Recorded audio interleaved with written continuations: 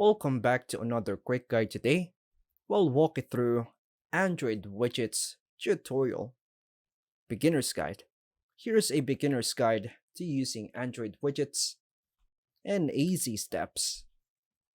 First, unlock your Android phone. Enter your PIN, fingerprint, or pattern. Go to the home screen.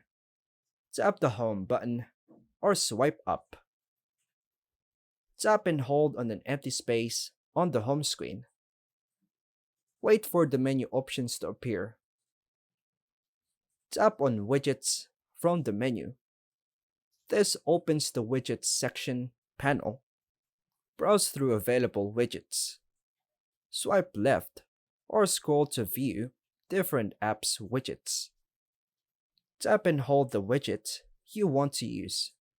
For example, battery, clock, weather, calendar, or notes. So I choose the battery. Drag the widget to your desired spot on the home screen. Release the widget to place it. The widget will now stay on your home screen. Optional, resize the widget if needed.